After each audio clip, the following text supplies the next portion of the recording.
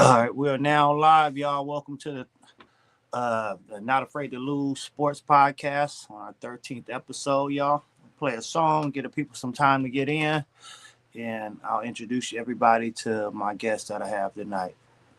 Here we go. Let's go. Let's play some. Let's play some Grease.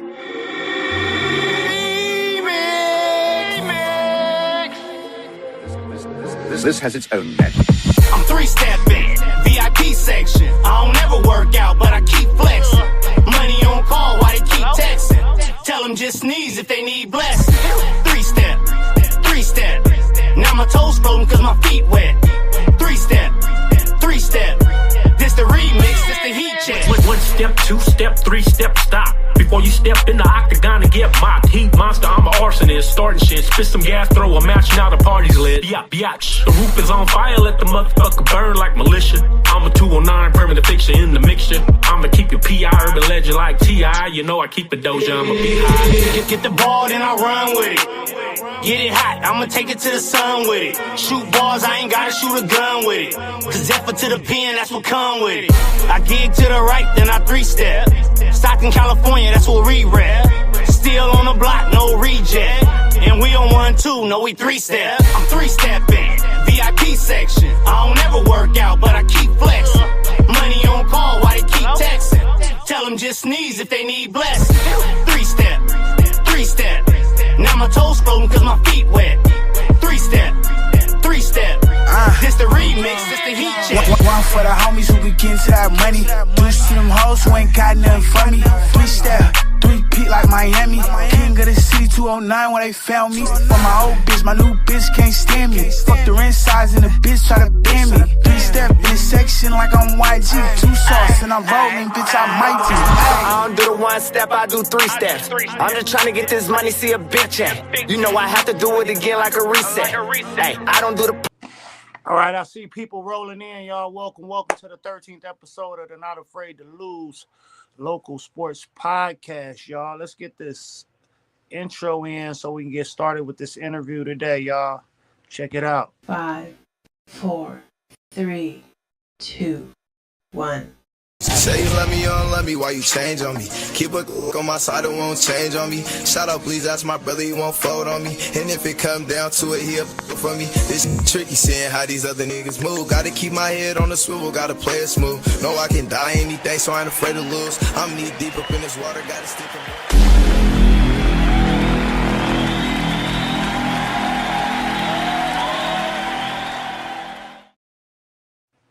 Yeah. What's up, everybody? Y'all make sure y'all share the live. Make sure y'all like, comment, and subscribe if you're watching on YouTube. Definitely make sure you want to subscribe.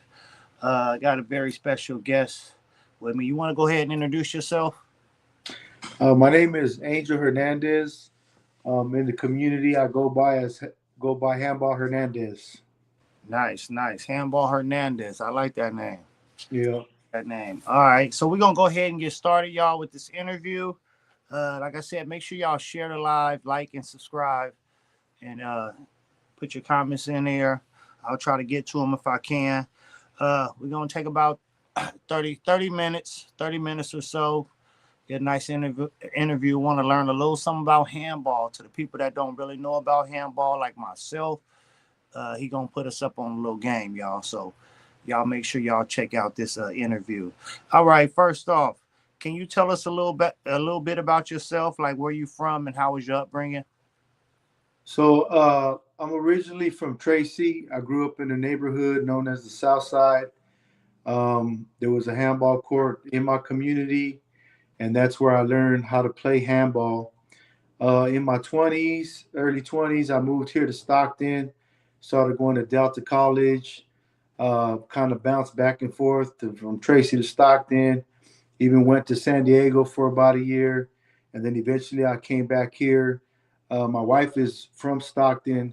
And so I ended up moving out here in about 2003, 2004 and settling down, bought a home out here. And I've been living in Stockton ever since. Oh, nice. 209 Roots. Tracy, huh? For sure. Yeah. Yes. Definitely. All right. Now, I understand you like kind of a major factor in handball. Can you tell us a little bit about that? Like How big are you in this handball sport? Well, I started pursuing learning more about the game, wanting to learn, about the different um, aspects of it and where it's played at. And I started doing research. This is way before social media existed.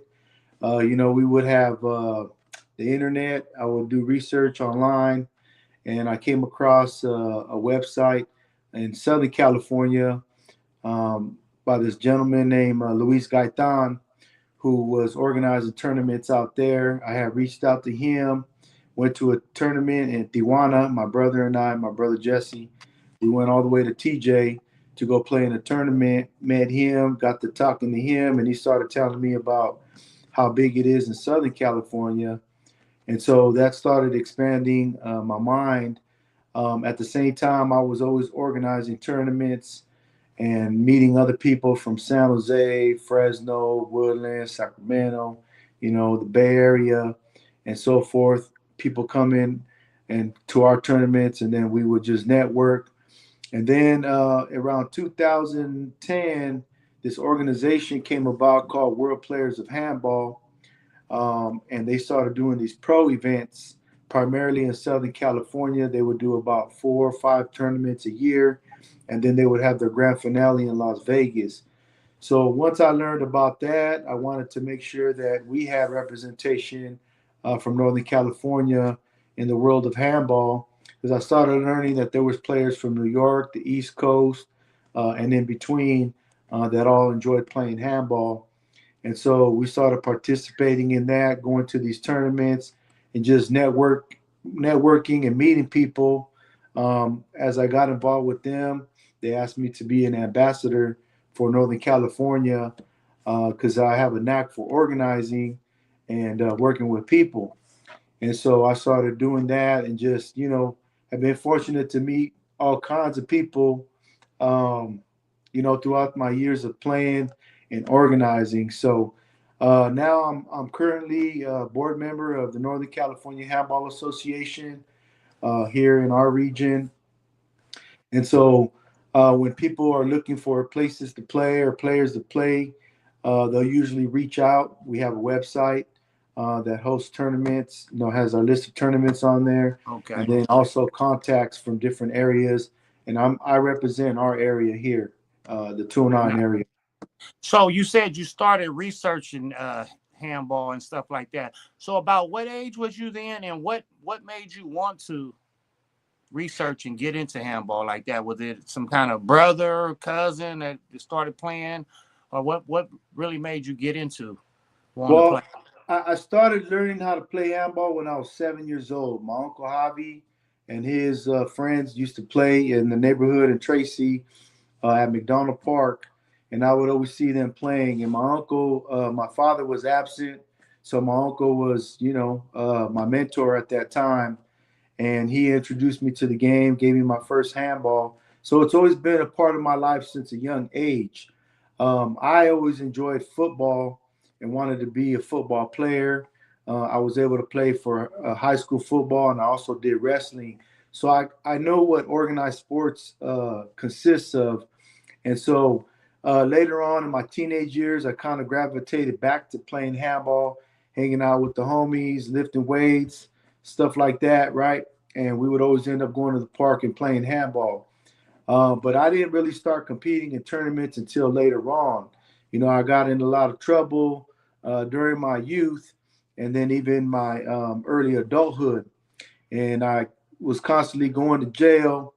And in there, they play handball, during the rec time. And so I would always play handball. And then I was in charge of sweeping the little yard area at night while everybody went to go to sleep. And I remember just thinking like I need to do something else with my life instead of the route that I'm going. And so I just was thinking about what I could do with my time aside from just hanging out and being foolish. So it kind of just like I feel like God told me, do something with this handball. And I remember looking at a handball. I got a handball right here. I remember looking at it like this, It was like, I'm gonna do something with this, and I devoted my life to it, and started going from there, organizing and really bringing people together. That's more or less my slogan, is bringing people together.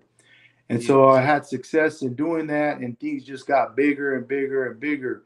And so when you're from a neighborhood, you're always cautious about going in other people's neighborhoods because of the politics, the street Mm-hmm. politics, prison politics.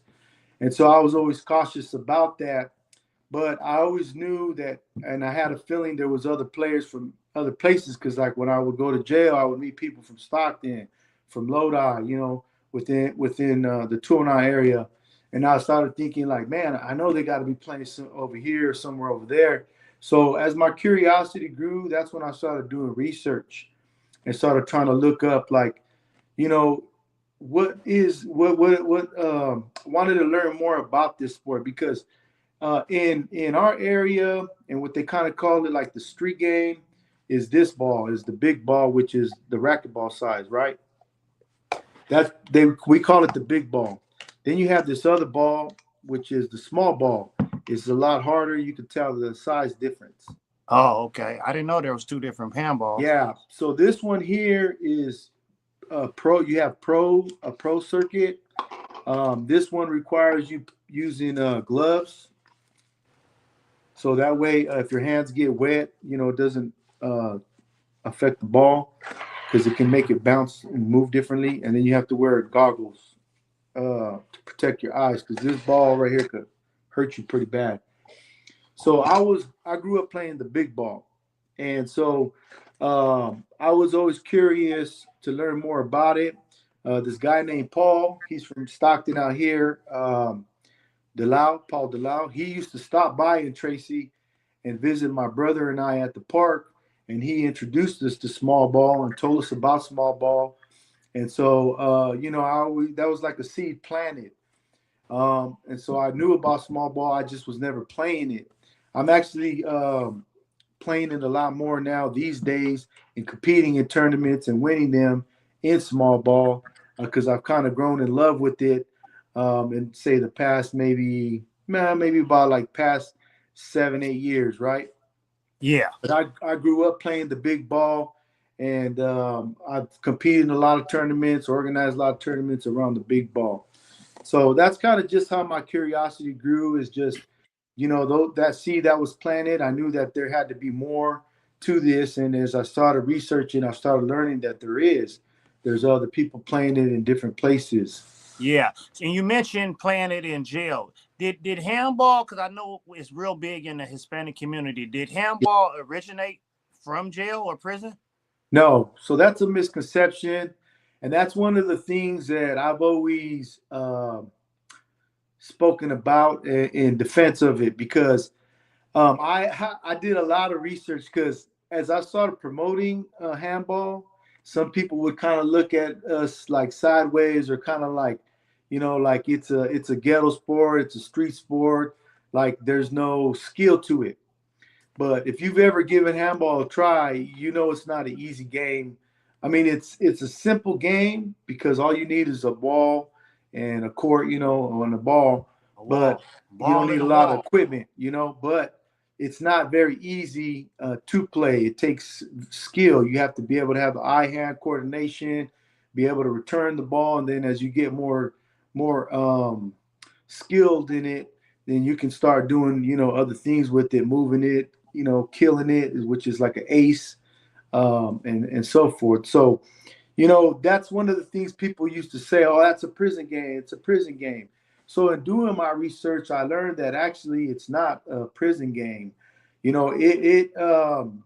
when you go back into the history of like Mesoamerica, like the Aztecs, the Mayans, indigenous people, it even goes all the way back to the Egyptians. There's hieroglyphics that depict people hitting the ball with their hand.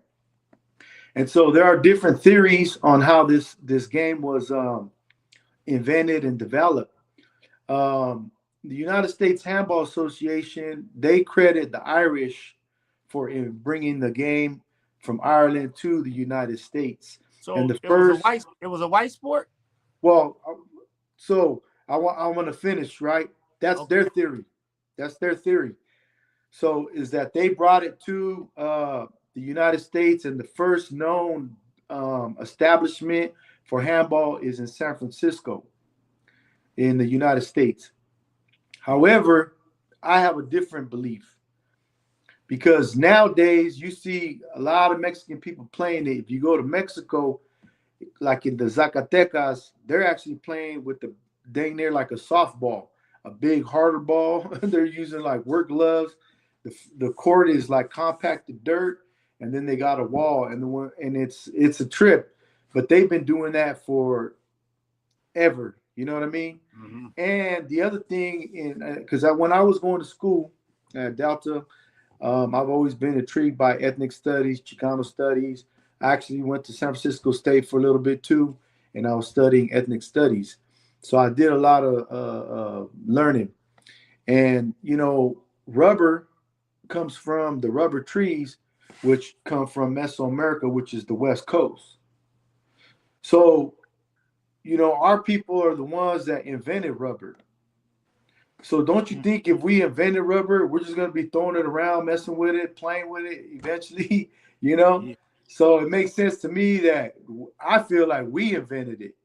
Okay. But again, the thing is that just like a lot of our stories, you have his story, you have her story, and you have our story, right? A lot of our stories are not shared. It's more like oral interpretations. We share it by telling you, but it's not all written down. Uh-huh. And then you have, all these conquests that happened over time. Like when the Spanish came over here, they burnt a lot of stuff, a lot of our books, a lot of our story. They tried to do away with it. And it's just like now in the school systems, just as why there was the whole civil rights movement, the Chicano, movement, when they fought, to get books about us, people of color in the schools.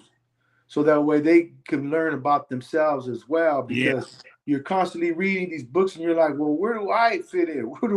It's almost as if I don't even exist. Mm-hmm. Right? But they tell you power is knowledge, knowledge is power. So if I could keep you ignorant about yourself and ignorant about your magnificence, then I can continue to dumb you down, and I can continue to run things and control you. And Yeah, so, go ahead. I'm you're sorry. right about that, because there ain't even, I think they even took Black history out of schools and stuff now. Yeah. So it really, really falls on us doing our own research and sharing it with others. And so, like, one of the things, me coming over here to Stockton, it was a calling. I look at it as a calling, and it just happened organically. I was transforming, or not, I want to say transforming, but evolving, right? Mm-hmm. I met my wife, and I wanted to have a family, and I started contemplating this. And then I was thinking, like, well, if I keep running the streets, I'm not going to have a future. I'm not going to be around, to do this. And so I had to make a change. And that's why I chose to start playing handball, because I had to find something positive to partake in. Keep you occupied. Yeah. Yes, in a positive way, because I love getting around, hanging out with people, and that's and I think that's also what people don't fully understand, who didn't run the streets or get involved with like gangs. Like, we never really called it like a gang. It's our neighborhood. We're proud of it. People have always told us, "Oh, you're from over there." After time, you're gonna be like, "Yeah, I am from over here." What? Or you go on another side of town, like, where you're made to feel not welcome. So then it's like, well, when you come to my side of town, I'm not gonna have you welcome either, because of the way you make me feel. You know what I'm saying? Mm-hmm. So it's like, until we were able to kind of, get out of that, it's like we're stuck in that mentality. And I was in that mentality for a long time. But as I started learning and expanding my mind, and expanding my wings, I started to see and learn things, and really see that, what? We have a lot of things in common, everybody else. It's just, we don't always have these opportunities to talk and get to meet each other and see, like, oh man, you just want to survive and have a good life just like me. You know what I mean? Sometimes we just get caught up tripping too much. So, when I came out here, I got introduced to Strictly Park by this guy named Loretto. I ran into him at Groupie Park because I was living off of Swain in the Delta Cove Apartments. And I used to walk over there and just hit the ball around.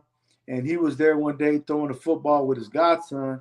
And he had on hard shoes, a nice dress shirt, and some jeans. And, he was looking nice. And he was like, "Hey, man, you want to play?" And I'm like, "You want to play like that?" He's like, "Yeah, man, I'll play with you." I'm like, "All right." So we started playing. And he's like, "Hey, you got some game, man. Where you playing?" I told him, "Well, I'm from Tracy. I grew up playing over there." And he's like, "You should go to Strictly, man. That's where everybody plays." And I'm like, "Okay, well, what time? Well, when do they play?" "Man, they play every weekend during the week, but on the weekends, 8 o'clock in the morning." And I was like, 8 o'clock in the morning? They playing that early? Because in Tracy, we would play like 3 o'clock in the afternoon, So I told my wife, "Hey, give me a ride over there. I'm going to go play." And once I got there, he wasn't lying. There was like 20, 30 people there, youngsters, elders, and in between, and some of the people I knew. And so I just plugged in and started playing with them, and getting acclimated to their style of play. The Stockton players in the world of handball here in Northern California, Stockton has some of the best handball players, and they're well represented and well known as well. We've been fortunate to have some big tournaments and bring people from down south, people from New York over here to these tournaments, Yeah, that's nice. That's dope. You answered half of my next question, but I wanted to know because I really never knew this. What is the objective of handball, and is it a game that requires skills? You answered that part about it requiring skills. I know it's not easy because I tried it myself and I can't play for shit. But what's the objective? Like I see when people try to hit it at the bottom of the wall, like how Yeah. how is it scored? And there are different things to score. What's the actual objective to handball? So there's different scoring formats, like two different scoring formats. And then as far as like what you're playing up to, that can be changed. But so the objective is you're going to bounce the ball and then you're going to strike it. You're going to hit the wall and it has to pass a serve line, right? Like there's a line that's it's not in the middle of the course, like probably say if we broke up the court in thirds. Yeah, maybe 1/3 of the court. Yeah, to be the first third. Yeah, there's Okay. a serve line that ball needs to cross over. And then it has to land within this box area. That's the play area. And then on some courts, it has an extended part that is live after the serve. Once it lands in that designated area for the serve, after that, you can hit the ball even further back. It just depends on which court you're playing on and then what rules you're going by. And so once the ball is served to your opponent, so you could play singles 1-on-1, or you could play doubles 2-on-2. Mm-hmm. So when you're playing singles, say I was playing against you, I would serve the ball and I would serve it either, I don't have to serve it to you like a fair serve. I could serve it hard at an angle. My object, it's kind of like tennis. When they're serving the ball, they're trying to make you miss it. Make it hard for the return. Yeah. Exactly.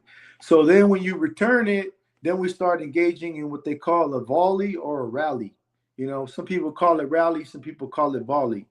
So when you're returning it, you're trying to return it. It has to always hit the main front wall, because some courts have side walls or even long side walls or short three walls. Like the courts vary, right?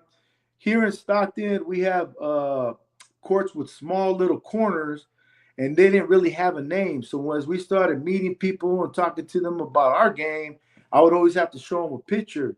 Then they would be like, "Oh, what kind of court is that?" And I had to give it a name. So I eventually said it's a wall with corners. For short, it's called a C-wall, because you got one wall, you got three wall short, you got three wall long, and then you also have four wall, which is indoor. You got walls all around and sometimes a ceiling, So the objective is to make you miss the ball or not be able to return it to the main within wall. within the parameters. Yeah. So if you hit the ball and it goes out, then I will get a point. If we're playing rally scoring means whether I'm serving it or you're returning it. If you win that rally, whoever wins that rally is awarded the point. Okay.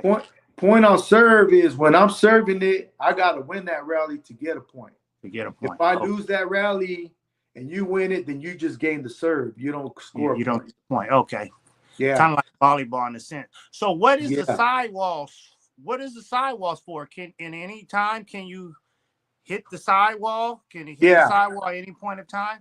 Yeah, so you can hit the side wall, but it always has to hit that front wall in that combination. So say I hit the front wall, then it catches the side wall, and then it comes at an okay. angle. It's still good as long as the ball bounces in the perimeter, the play area, the play perimeter, right? But if I hit the side wall first and then the front wall, that's still good too, as long as it hits that front wall. It always has to hit the front wall.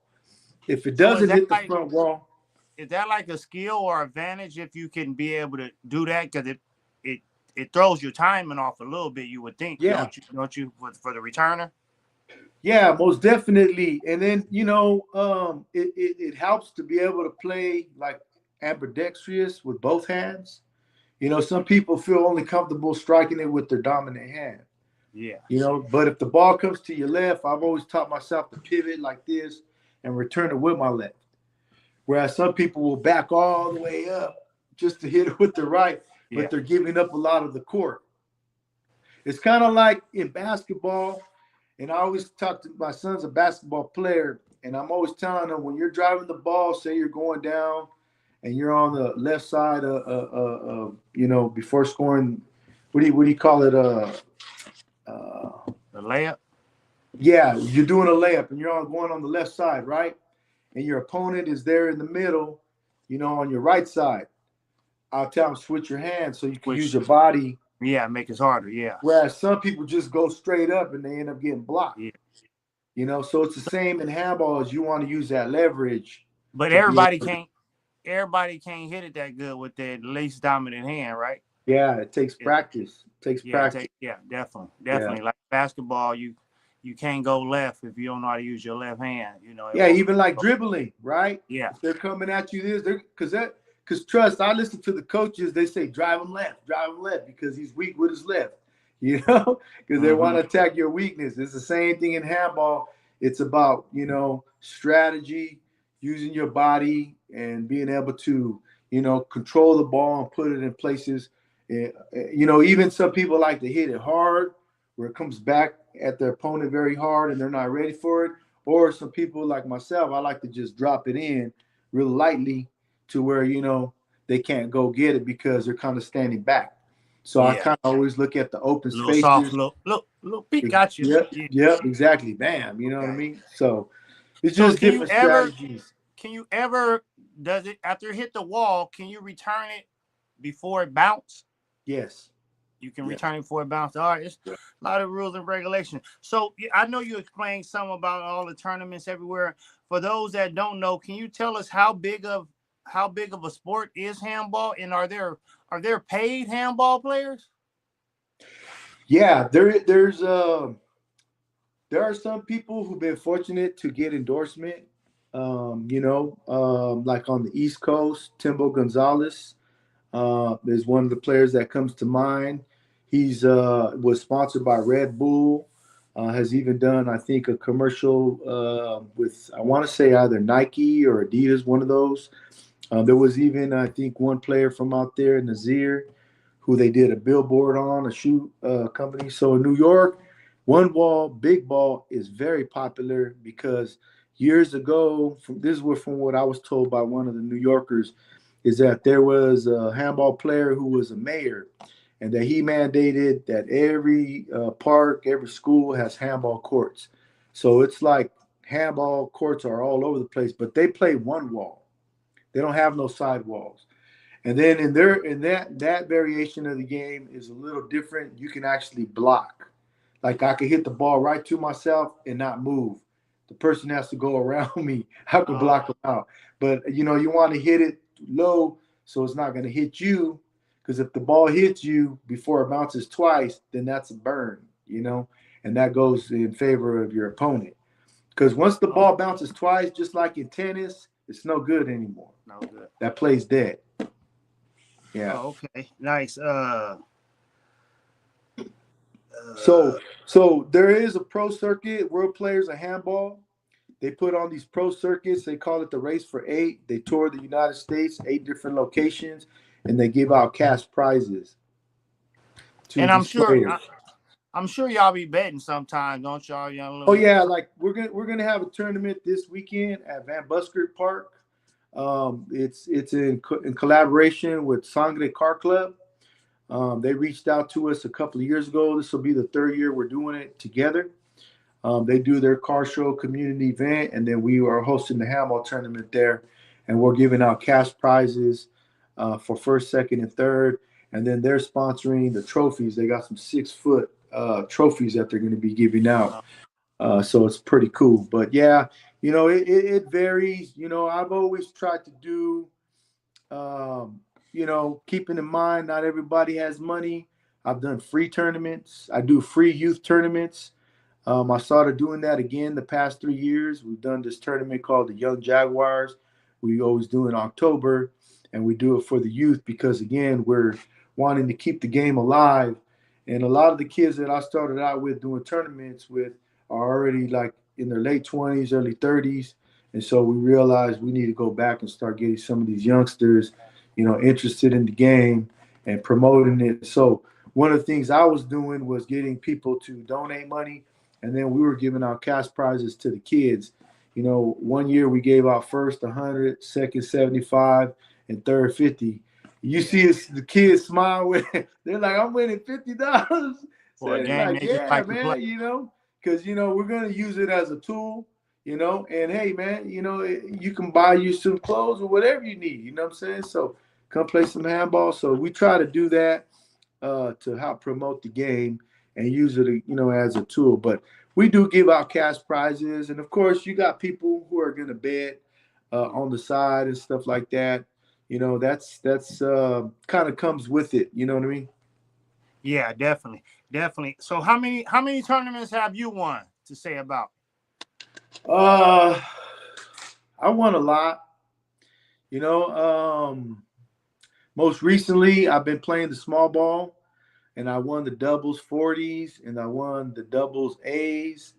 So that's just in this year. I've won like 2 tournaments. I average at least winning about a tournament a year. That's kind of my average. I'm a lot older now. I'm 52 years old. Yeah. So a lot of these guys that I was competing with, they've always been a little younger than me, and then some older. And so I've been able to have my success in both singles and doubles. So I'm a well-polished player. I can still get down if I really, really want something and train and pursue it. I know I can do it because I've done it before. I would say the most impressive win that I've done was when I was 48 years old. I have this tournament in Tracy called the Old School Reunion. I do every year. I started that tournament in 1996. Last year, we celebrated 30 years of doing that tournament because I've always done that tournament every year.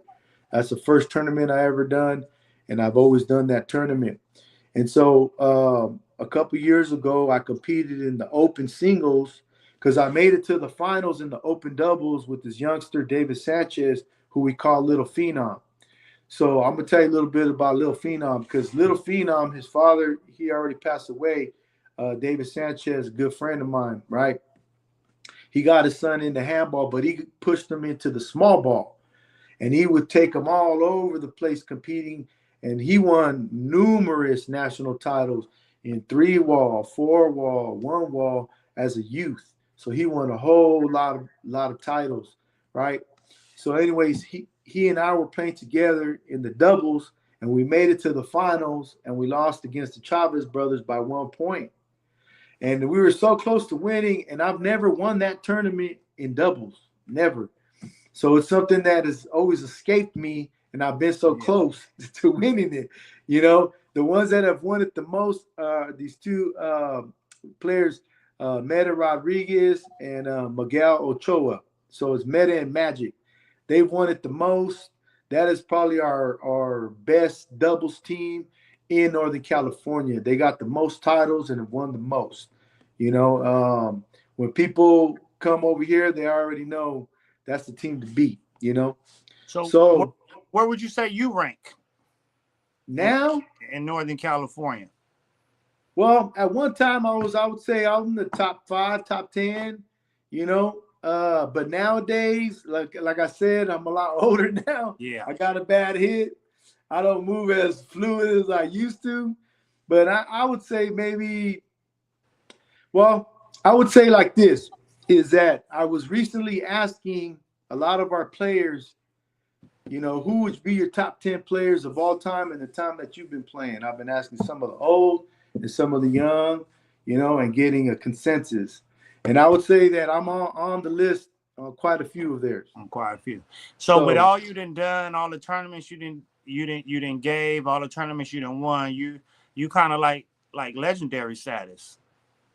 Yeah, some people say that, you know. I've most definitely have been around a long time. I got to compete with the WPH and I went and represented.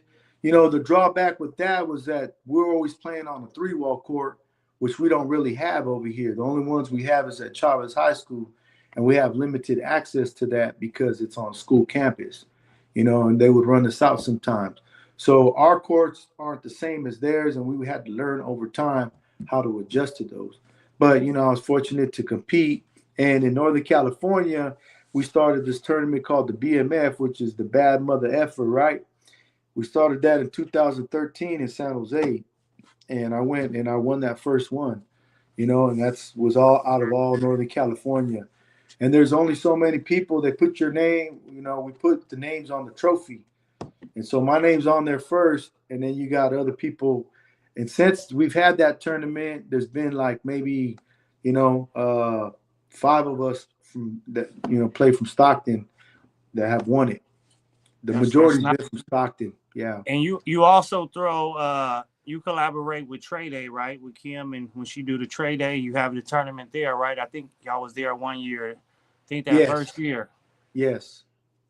Yeah, she came to the park one day. We had just done a tournament like the week before, you know, and it's towards the end of the year. I'm already feeling burned out because you know, it's a lot doing tournaments. You know, you deal with a lot of people. And she said, "Hey, I'm looking for the mayor of handball." And then one of the guys, I think it was Chanclas, he points at me like, "He's right there." And then I'm looking and she comes up to me, "You're the mayor of handball." And I was like, "The mayor of handball?" Yeah. That's the first, you know. And I guess I'm the mayor of handball. What's up? You know? So she starts telling me about, you know, what she's got going on and what she would like to do. And she asked us to, you know, if we could collaborate and get involved. And I was like, "Yeah, sure, no problem." You know what I mean? We most definitely, you know, that's when it was at Stridley Park because we got the court there. Yeah. So we did that. Yeah. I definitely love the camaraderie that be going on. It's like, you know, my second home is the East Side. You know, I'm from Boss Track, but my family grew up out east. So I'm at Shirley Park a lot, and I see y'all over there having a good time with the handball. I used to see the horseshoes, but people don't really play the horseshoes no more. But you still see the handball players over there, and it's always good vibes too. Are there any ever? Because I never seen any. Are there any ever like problems and fights and stuff, or is everybody just on? No, we've had our share of challenges because sometimes people get heated over calls they don't agree with. Then, you know, of course, it's at the park, so some people are drinking, some people are smoking, you know, so sometimes you get that element too. But we've been fortunate to work through it, you know. You know, even one year, it was 2014, you know, there was somebody who had an issue with somebody and actually rolled up to the park and, you know, pulled out a gun and kind of ran everybody off. And we, you know, I not really thinking, you know, I was thinking more about the safety of our players, was trying to, talk this guy out of doing that, and this guy started pointing the gun at me too, and I was trying to get as close as I could to him, thinking in my head, I'm gonna just tackle this person, because last thing I wanted to see anybody get shot. But fortunately, this guy's friend came and told him like, "Hey, let's go," but he was, you could see the evil in his eye. You could see that he was like, that was really stupid on my part. But I talked to the guys about that afterwards, like, "Hey, man, because they were concerned. This was at McKinley Park, and this young group was starting to play with us and coming to tournaments, and they were kind of bummed out because they felt like we're not going to go over there anymore because of what happened, because people were like didn't want to go over there. But I was like, you know what? I'm not going to give in to evil, right? Yeah. And I prayed hard about it, and then we ended up going back for Thanksgiving tournament over there because I'm like, this is like I think a isolated incident. I talked to these guys, and said, hey, I would like to get a heads up at least, so then I can at least, talk to some people and be like, hey, man, I need you out there to kind of help us out with security and stuff like that, But they didn't know it was going to escalate to that. It was just, what turned from a fist fight to something else, So unfortunately, some people don't want to talk and work things out, Yeah, sometimes the small problems happen. The bad apples really try to mess up something. You can't let that stop anything. Yeah. How often do you throw tournaments, and how can people get involved? So I do about maybe these days. I do about maybe 3 or 4 a year, because what I've tried to do over time is encourage other people to do them. And I've tried to encourage people to keep a tournament at their park around the same time of year, because that's how I've had success is consistency, right? Mm-hmm. So if we're gonna do a single mile tournament, we used to do that at Stribley. A couple years back, we talked to the Brotherhood players and said, hey man, why don't you guys take this tournament on and you guys host it? And me now, the role I play is like I'll help support. I'll help show you how to do it, how to set it up. I'll help promote, advertise. If you want some plaques or some trophies or something like that, I'll help with that. Because my goal is to teach others how to do it. Because I've told these guys for years, I can't do this forever, man. I've been doing it for a long, long time, and I want you to learn how to do it and get the confidence to do it. Because then once you do, then you can keep it going. Because who knows? You know what I mean? We only have so much time. You know what I'm saying? So I feel like it's not something that I've always wanted to have control over. Like it's mine and it's only mine. It's ours. Yeah. And if you have an idea, and if you got an idea and you want to do something, then let's do it. Let's do it. I'll help you. You know what I'm saying? So we've been fortunate to do that, and other people have been stepping up and getting involved, and it's a great thing to see, when people are willing to step up and do it. But I got my Facebook page, Angel Hernandez. Angel Hernandez. Yep, Angel Hernandez, and then on Instagram, I have Handball Hernandez. Okay. And so, people can always hit me up on there. We kind of resort to that as advertising now. Back in the days, I used to go to every park and put up flyers. Yeah. But that was a good thing too, because I would meet players and I would go and play them, and and that's what helped bring us all together as well, was me going around meeting different people, inviting them. And again, we had to break these barriers because some people, were kind of worried about going to this part of town and playing. But the thing we've always promoted is like, look, man, wherever you're from is where you're from, man. Just come with, an open heart, be respectful, and just come and play the game and let's get down. You know what I'm saying? And, if you have this in your background or that, hey, we're not here tripping on you. You know what I'm saying? Like, that's the last thing we want to do. And that's, we've been able to even bring people from down south, from Southern California, from LA, Orange County, to Stribley Park, you know, and have them compete with us. And we've been able to go out there too. You know, that's one of the things Oh, okay. that was always kind of like people used Yeah, to kind of worry for me, like, that's man, you're hard. going Yeah, over there, you're going to their neighborhoods, you're going over there. But again, the way I carry myself, it's not like I'm not there over there tripping on people, banging on them, or saying stupid things. I'm cautious about the way I move. I'm also respectful, but I'm also, I move with faith. I always pray, ask God for protection and guidance, and I've been able to meet a lot of good people. And over time, we've gotten to know each other and build relationships. So when I go down there, they're like, "Hey, Angel, what's up, man? How you been?" And it's a good feeling yeah, to have that feeling. And then that's the other thing is that now I can go anywhere, anywhere. reach out to somebody and be like, "Hey, man, I'm gonna be in this area. I never been over here. Do you guys know anybody who plays over here?" And they'll plug me in, and then I meet new friends. And it's Yeah. like it's a cool experience. You know what I mean? So tell me this: through all your years of being a part of handball, how diverse has it become? Has it become more diverse? Is there other nationalities playing, or is it still mostly just Chicanos? Well, we have very few black players, and that's one of the things that I would like to see more diversity.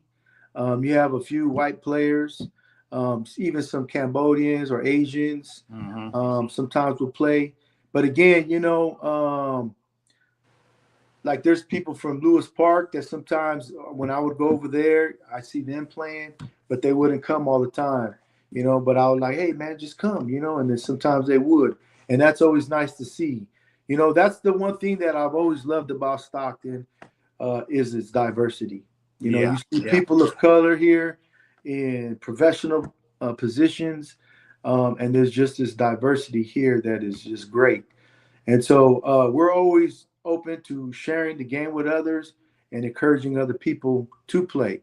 But in New York, on the East Coast, that you have all international players from different countries, and it's very diverse over there. You know, Oh, so you have, black players, you have Dominicans, Puerto Ricans, you got, Irish, English, you got Dutch, you got, Asian, Chinese, Japanese, you got it. And the cool thing is that what they've been doing is taking it back to their countries, some of them that are from other countries, and teaching the game. And so ultimately what their goal is to get it in the Olympics, because you have to have so many countries on board to get a sport in the Olympics. yeah. But it'll be under the title wall ball because there's another sport that's kind of like, I guess you could call it like hand soccer, where they're throwing this ball in the net. Oh, yeah. Yeah, they call that handball. That's an Olympic sport. But they kind of, I don't know who came with the name first. We feel like they bit the name, but it is what it is. Normally they take everything from us. Yeah. So, which do you prefer? Which is better / easier, playing solo or playing as a team? Well, I would say well, each one has its challenge, right? Because you got to have good chemistry with your partner, Mm-hmm. and they got to have trust in you, and you got to be able to. It's a relationship. You got to communicate well. What they're going for, what you're going to cover, defend. And that way you're not fighting over the ball, right? And so, and then also just being able to keep each other engaged and focused and not start criticizing each other and talking smack to each other. You know what I mean? But singles, it's all in your hands. So there's a lot more ground to cover. And, I enjoy both. I would say that doubles is you don't have to cover as much. Yeah, So, definitely. I mean, doubles probably be better. Definitely at an older age. Like, yeah. So that's I do kind of what I'm getting at. all that running around. Yeah. Like, man, So you like I get that told young, you, like, I won the, 2 small ball tournaments recently, doubles. and like you what I said mean? with little phenom. Exactly. You probably let him do a lot of the extra running stuff. Well, that's so I played with this. I played with this guy. This Meta Rodriguez is our number 1 player, hands down. He's won the most singles, the most doubles tournament since he was like 16 years old, and he's still winning. So he most definitely is our Michael Jordan, our Kobe, our LeBron. Where he from? He from out here? Yes, Stockton? he grew up around Strictly Park. He's from Stockton. What was Yes. his name? Mere Rodriguez, Mere, Mere Rodriguez. Yeah. Okay. So All right. he's 20 years younger than myself, and I've played doubles with him in a lot of tournaments as well. And then even when we just do pickup games at the park, we gel very well together. But like you're saying now. I used to take the left side as the dominant side where you're kind of controlling it. We kind of make it in a triangle, right? You got the front corner, the right corner, left corner, front, and then this side, and then your partner has this part, right?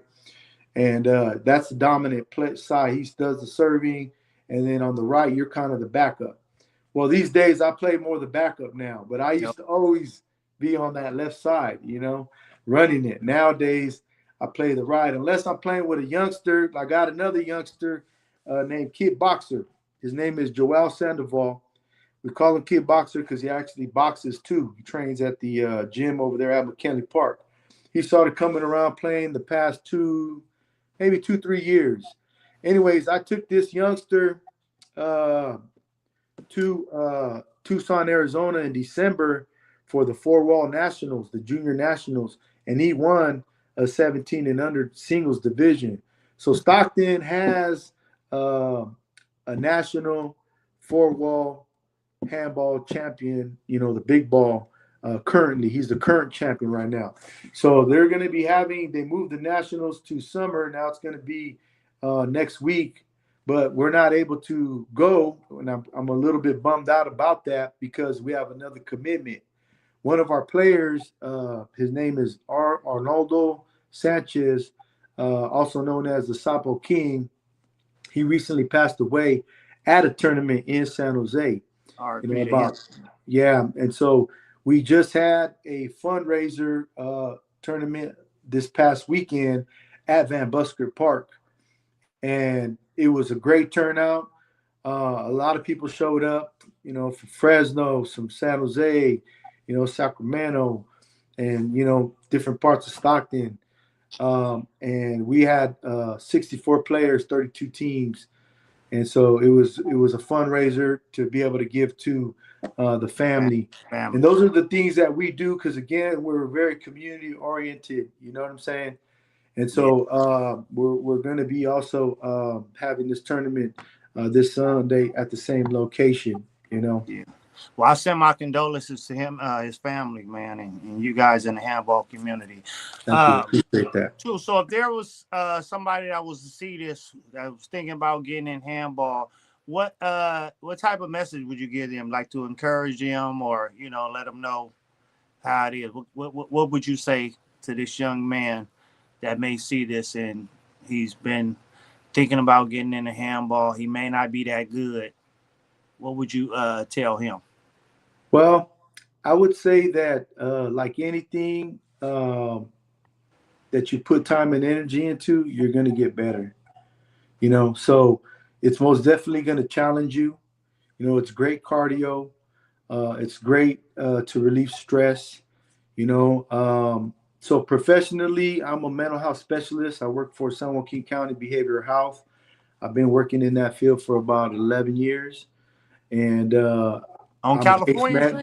Yes, on California and Harding. I know a few people I need to send over to you, man. Yeah, send them through. I've been working there, and I do case management. I run groups. I kind of got a promotion to where I have some supervisory roles as well. So there's a lot of stress, at times. But I go play handball. I was contemplating playing today because I had a long day, and I know we've been putting this interview out. But I was like, you know what? We've been going through a lot, lately, because my brother-in-law had passed away early April as well. He was very young, 36 years old.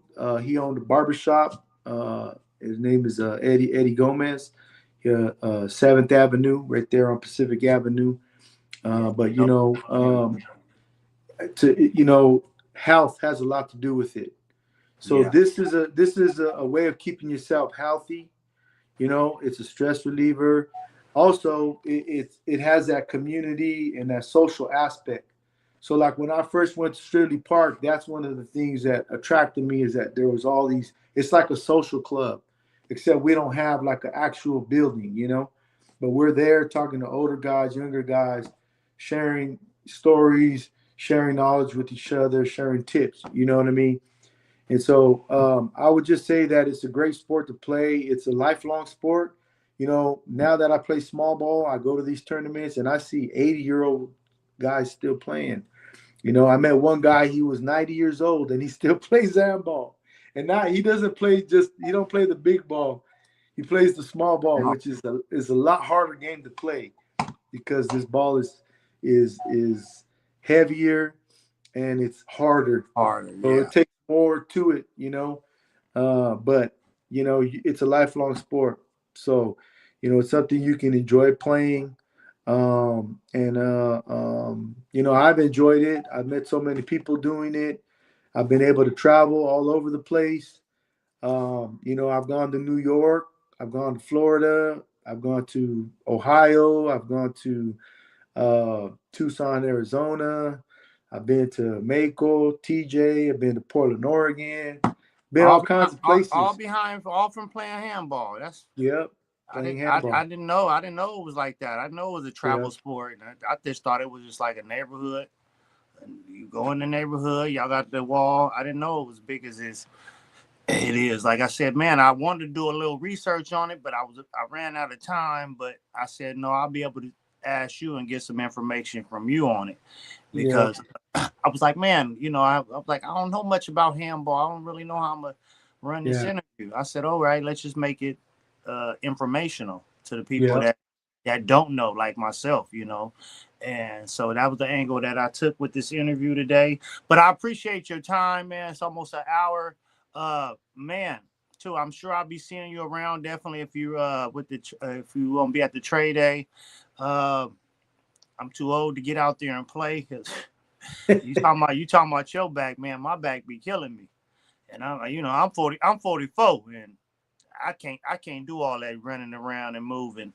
So applaud you for still being out there and being active with such a sport that takes a lot of movement and a lot of cardio. Yeah. So I take it you don't smoke or any of that. No, I smoke cigars. Oh, I okay. smoke maybe every other week. I Oh, just I think it's moderation. yeah. You Okay. know what I All mean? right. So, Well, yeah. So I appreciate having you on. You want to say anything before we head out? well, I just wanted to finish that story and say that, so that when I was playing with Little Phenom, we lost by 1 point in the doubles to the Chavez brothers. I still was like ambitious. So I played the singles. And I already had told myself I'm not playing no more singles after I turned 45 because, it's hard keeping up with these youngsters. But I jumped in and I ended up winning that tournament by 1 point. I beat this guy named Juan Pineda from San Jose who was half my age. You know what I mean? And to me, that was like a big accomplishment. That's the last open tournament singles big ball that I've won. And that was like a feather in my hat because I pushed myself and I did that. So, just wanted to finish that story. But I just want to, hey, there's about 14, 15 courts throughout the city of Stockton. One of the things that we're always working towards is fixing them up. Fortunately, we have McKinley Park fixed up recently. I want to thank, the city council, Jason Lee, I know had a hand in that because they already had plans of fixing that park up and they weren't including the handball courts. And we started, speaking up about it. One of my friends shared the story with him and then he included it. So we're grateful for that. Shout You out know, Jason, man. Jason yeah. definitely putting on for Stockton, man. Good brother right there. Yeah, so I want to appreciate that, because that court was tore up. It was bad. And that's unfortunately what we're dealing with because there's a lot of, people without homes. And sometimes they'll go use the courts as the restrooms, Yeah. going in the corners and stuff. So we're always trying to combat that. But that's what we're working on as well is just, fixing up these courts, keeping them around for the next generation and to keep it going, because Stocktonians, the city of Stockton, handball is a big part of the culture here. I mean, people been playing for forever, and I'm just happy to be a part of it, and I'm grateful, and I know that this is where I was meant to be, doing this too. So we just want to continue those efforts. So if you ever want to help out, get involved with us, please do. We're always looking for help. We're always looking for sponsorship, and if you just want to come out and play with us, you used to play back in the Yeah. day, come through, man. Just Yeah, play, have man. a good Hey, time. anytime y'all doing something, man, let me know, because I get a lot of traction on here. Like I said, I do a lot of good things for the community. I've been like on here, we was able to do a turkey drive to help out with we donated 50 turkeys all through my podcast, and That's awesome. then we did a Christmas coat drive for kids, That's and we was able to get 50 coats and donate them to kids. So, and I want to get back into doing stuff like that. So anytime you got something, let me know. I'll definitely help promote it, and if I can get some donations for it, I got a big supportive support system behind me too running this. So just Appreciate let that. me know. Not even just on this podcast, but I run another podcast called the Black and Mickey's podcast. Okay. That's my original one. But yeah, so anytime, man, just hit me up, man. You got my Facebook. It's Makalai Davis. We on that now, and this is streaming on Facebook and on YouTube. So if anybody that want to go check it out that may not be following me on Facebook, you can go to we haven't got a Not Afraid to Lose channel on YouTube yet. We're working on that, but it's actually on my Black and Mickey's podcast channel on Okay. YouTube. Okay. So if you want to check it out. Okay, most definitely. All right, I appreciate your time today, man. Likewise, And appreciate you, brother. good luck with that fundraiser that you got coming up. Oh, thank you. So if anybody wants to come even check it out, this Sunday we're going to be at Van Busker Park for the Sangre Sunday in the Park. Registration's at 9. Game time's about 10:30. But even if you just want to come spectate, you're more than welcome to. It's a family affair. They're going to be having free food, all kinds of stuff going on out there. Free food? So come check it out. We're going to have a bunch of lowriders, nice cars. They're going to be vendors out there. It's going to be happening, man. So Hold on, come check it out. You said free food? Yeah, I believe they're going to be giving some free food out. Now that's my type of party. I might have to pull up there. I know they did last year, so I'm pretty sure they're going to be doing it this year too. All right, man. I appreciate you, man. If I can make it out, I will. Yep, come through, man. All right, have a good one, man. Me too, man. Take it easy. For sure.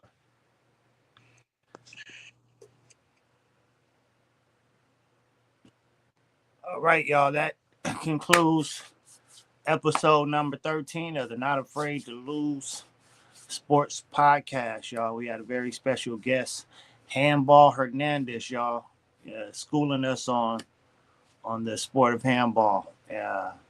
If you missed it, you may want to go back and watch it again, because he had some very good information for handball. He said a lot of things that I didn't know about the sport. I always knew of the sport, but, I grew up around a lot of Hispanics in my community, and they always played it. But I never learned how to play it, and I didn't really know the objective of it. But he helped me out a lot with that. So if anybody want to go play it back, you can play it back. But this has been another episode, y'all. Make sure y'all stay tuned every Monday, either 6 or 7 p.m. We'll be doing interviews, y'all. And anybody out there that would like to do an interview, whether it's any sport you're doing too, because we did a lot of football and basketball. I'm looking maybe next week to do some baseball. I was trying to cover all sports. So hit me up if you want to get on the Not Afraid to Lose podcast. And soon we also will be running sponsorships, promo package too, also, where we promote your business. All right. Y'all have a good one. We're gonna cut it out with we're gonna leave this spot with the outro, y'all. Check it out. 5, 4, 3, 2, 1. Say you love me, you don't love me, why you change on me? Keep a on my side, it won't change on me. Shout out, please, that's my brother, he won't fold on me. And if it come down to it, he'll for me. This tricky, seeing how these other niggas move. Gotta keep my head on the swivel, gotta play it smooth. Know I can die anything, so I ain't afraid to lose. I'm knee deep up in this water, gotta stick and move. I'm not afraid to lose.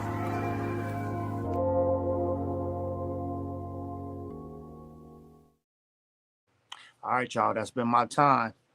We out till next week.